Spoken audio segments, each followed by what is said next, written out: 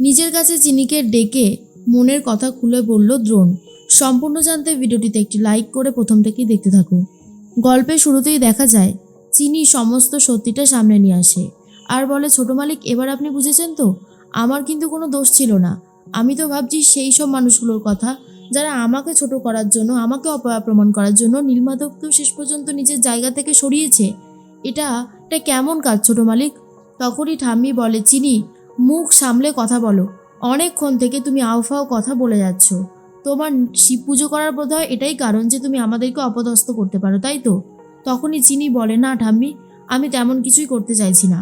আমি শুধু এটাই বলছি, যেটা হয়েছে সেটা অন্যায়। আমাকে অপয়া প্রমাণ করার জন্য নীলমাধবকে তার জায়গা থেকে এইভাবে সরানো হলো কেন? কিসের জন্য? তখনই দ্রোণ বলে, সত্যি তো, এই কথাটা তো আমার মাথায় আসেনি। চিনি, তুমি আমার ভুলটা ভেঙে দিয়েছো, তুমি ঠিকই বলেছো। আসলে আমি এই সব দিকে অতটাও বেশি খেয়াল করিনি, এখন বুঝতে পারছি খেয়াল না করে আমি কি ভুল করেছি। তবে সত্যি একটা কথা বলছি ঠাম্মি, যেটা হয়েছে সেটা কিন্তু অন্যায় হয়েছে। এটা তুমি এইভাবে করতে পারো না। তুমি কেন বুঝতে পারছো না? চিনিকে অপয়া প্রমাণ করা যাবে না। আমাদের সবার মাঝখানে চিনি একজন অপয়া, এটা তুমি প্রমাণ করতে গিয়ে তুমি নিজেকে ছোট করে ফেলছো।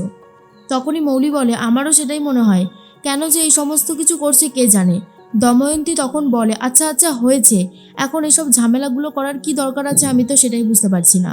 তখনই অন্তরা বলে, দরকার আছে। এই রকমভাবে চিনিকে অপমান করে কার কি লাভ? হ্যাঁ, আমার ছেলের বউ হিসেবে আমি চিনিকে পছন্দ করেছি, এটা কি খুব অন্যায় করে ফেলেছি যে চিনিকে প্রত্যেকটা কাজে এইভাবে ভুল প্রমাণিত করা হচ্ছে? আমার কিন্তু মোটেই এটা ভালো লাগছে না। তখনই চিনি বলে, দেখুন, আমি তো পুজো করবই ঠাম্মি, আমাকে আপনি যাই বলুন না কেন, আমি পুজো করব। যদি বাইরে গিয়ে পুজো করতে হয় তাহলে সেটাই করব। আর ঠিক তখনই দ্রোণ বলে, না, তুমি বাইরে গিয়ে পুজো করবে না, আমি এখানে সমস্ত ব্যবস্থা করে দিচ্ছি, তুমি এখানেই পুজো করবে। আর বলতে বলতে বড় একটা শিব মূর্তি নিয়ে এসেছে, সেটাকে মৌলি আর শিল্পা দুজন মিলে সাজিয়ে দিতে থাকে সুন্দর করে। তখনই শিল্পা বলে, দাদা ভাই কিন্তু বেশ একটা মিরাক্কেল করে দিয়েছে।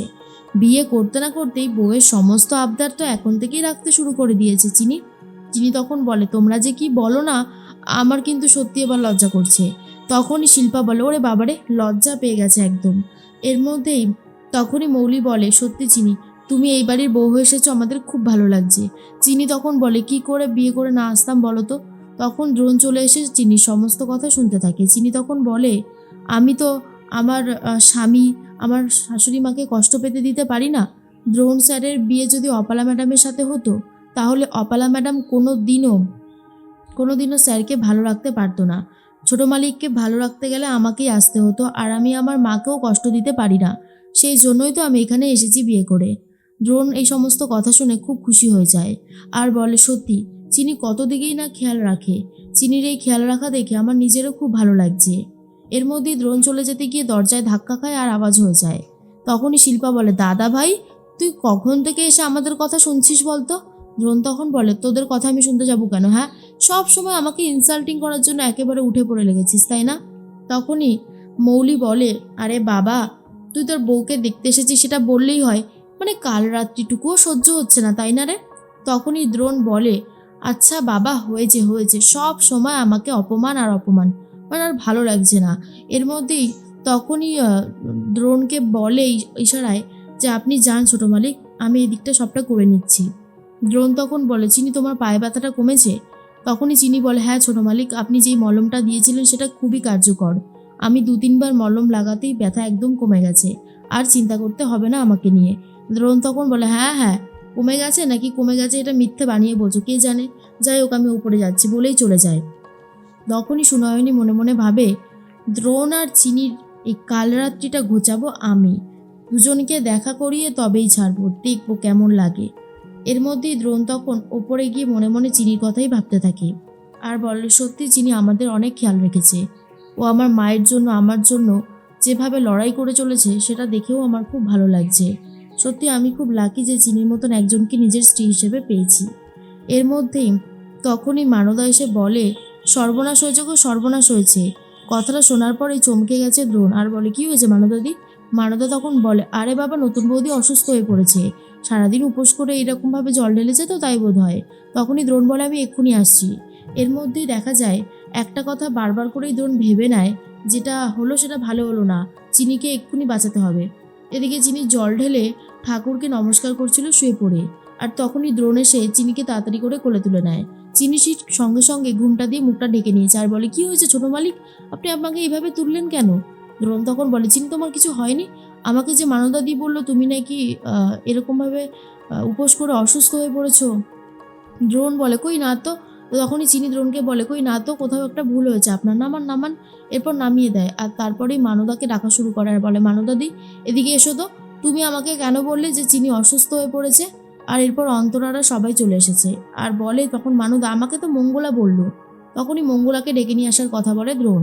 তখনই দেখা যায় যে শিল্পা বলে, কি হয়েছে দাদাভাই? দাদাভাই তখন বলে, দেখ না, আরে আমাকে ওপর থেকে খবর দিল মানদাদি যে চিনি নাকি অসুস্থ হয়ে পড়েছে, আমি এসে চিনিকে করে তুলে নিই।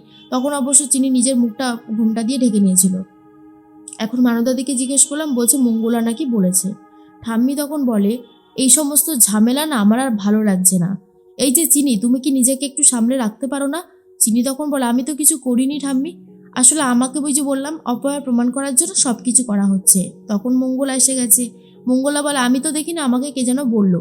এই সবাই মিলে সবাইকে দোষ দিতে থাকে, কে যে আসলে দেখেছে, কে যে প্রথম বলেছে সেটা আর কেউ বলতে চায় না।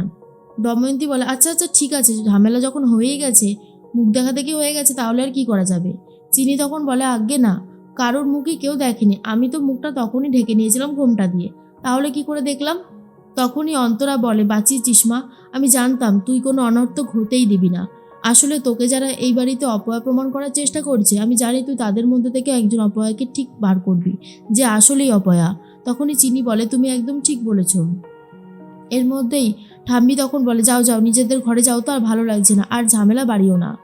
এর মধ্যেই দ্রোণ তখন বলে, সত্যি আমি বুঝতে পারছি না কি হচ্ছে। এরপর চিনি বলে, ছোট মালিক এতক্ষণ যখন উপোস করেই রয়েছেন, ধুতিটা পাল্টে এসে বাবার মাথায় জলটা ঢালুন না, তাহলে তো খুব ভালো হয়।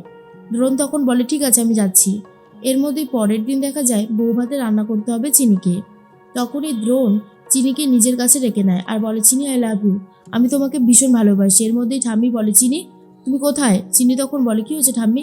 ঠাম্মি তখন বলে, আজকে বউ ভাতের রান্না কিন্তু তোমাকেই করতে হবে। চিনি তখন বলে, সে তো আমি করবই, তবে আজকে রান্না করতে গেলে অনেক কিছুই হবে, হয়তো আমার রান্নাটাকে নুনে পোড়া করে দেবে, ঝালে একদম ঝাল করে দেবে, বা পুড়িয়েও দিতে পারে, অনেক কিছুই করতে পারে, তাই না?